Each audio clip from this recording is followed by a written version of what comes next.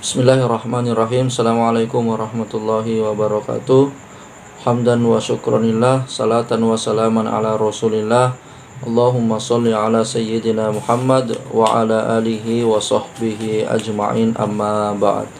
Alhamdulillah, hadirin yang sama berbahagia, berjumpa lagi di video pembelajaran akun YouTube Wewin Official. Pada kesempatan yang berbahagia ini, bagi teman-teman yang baru gabung, silakan di-subscribe terlebih dahulu supaya subscribe-nya itu bisa bernilai amal jariah. Pada video pembelajaran kali ini kita akan membahas masalah hakikat penciptaan manusia, pelajaran Al-Quran Hadis di kelas 11 Madrasah Aliyah. Baik, langsung saja kita masuk pada pembahasan pertama tentang hakikat penciptaan manusia. Pada kesempatan ini kita merujuk pada Al-Quran surah An-Nahl ayat 78 yang berbunyi Bismillahirrahmanirrahim. Wallahu akhrajakum min butuni ummahatikum la ta'lamuna syai'an wa ja'ala lakumus sam'a wal absara wal af'idah la'allakum tashkurun. Jadi itu bunyi Quran surah An-Nahl ayat 78 yang artinya seperti ini. Bismillahirrahmanirrahim. Dan Allah mengeluarkan kamu dari perut ibumu dalam keadaan tidak mengetahui sesuatu pun. Dia memberimu pendengaran, penglihatan dan hati nurani agar kamu senantiasa bersyukur. Baik adik-adik yang sama berbahagia, para pemirsa Wewin Official yang sama berbahagia, kita lihat penjelasan ayat daripada Quran surah An-Nahl ini terkait dengan proses hakikat penciptaan manusia. Penjelasan pertama, kandungan ayat dari Quran surah An-Nahl ayat 78 ini masih sangat erat kaitannya dengan Quran surah Al-Mu'minun ayat 12-14 yang menceritakan tentang proses penciptaan manusia dari saripati tanah. Sekarang kita lanjut, bukan lagi ketika manusia berada dalam rahim ibunya, tetapi ketika manusia dilahirkan di dunia ini oleh seorang ibu melalui kehendak dan izin daripada Allah Subhanahu wa taala. Jadi Allah menegaskan pada ayat ini, Allah mengeluarkan kamu dari perut ibumu dalam keadaan tidak mengetahui apa-apa. Jadi kita lahir di dunia ini, hadirin yang dirahmati Allah, tidak ada yang kita ketahui. Adakah di antara kita yang lahir kemudian setelah lahir langsung pintar bernyanyi? Tidak ada. Adakah di antara kita begitu lahir langsung pintar berjalan? Tidak ada. Semua nol, suci.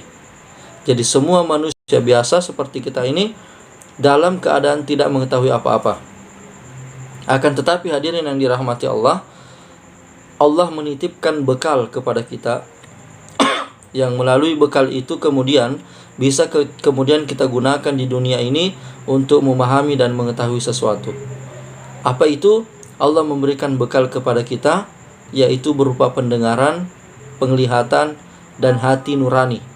Merujuk pada Quran surah An-Nahl ayat 78 ini. Dengan kekuasaan Allah Subhanahu wa taala, maka atribut atau bekal yang Allah berikan berupa pendengaran, penglihatan dan hati nurani nanti kemudian bisa berfungsi ketika manusia itu dilahirkan.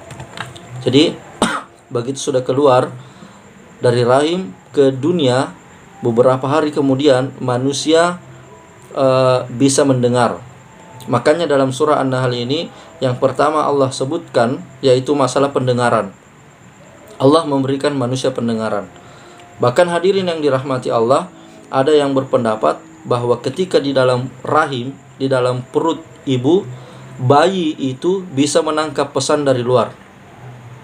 Ya, makanya ada ulama yang ada ahli yang menyarankan ketika hamil banyak-banyaklah perdengarkan bahasa-bahasa yang baik. Banyak-banyaklah mengucapkan bahasa-bahasa yang baik.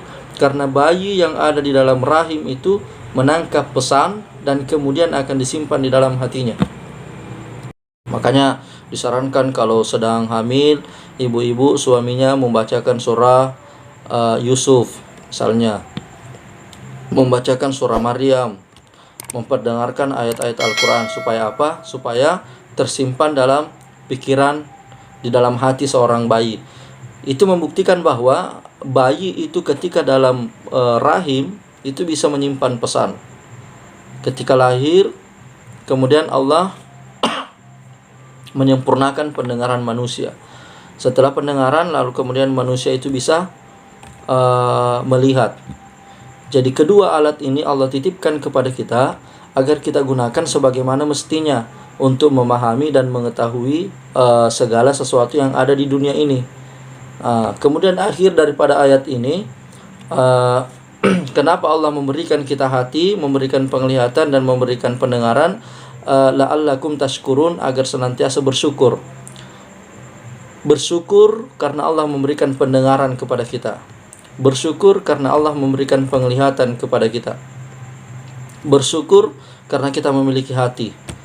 Atas apa yang Allah berikan kepada kita, manakala kita syukuri, maka semua nikmat itu akan diberkahi dan ditambahkan oleh Allah.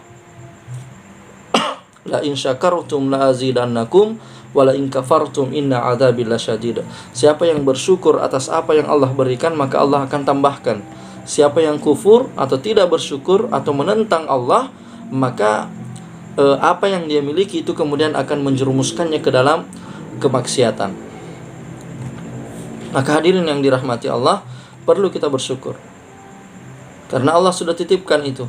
Jadi saya ulangi, titipan Allah ketika kita lahir, pendengaran, penglihatan, dan hati.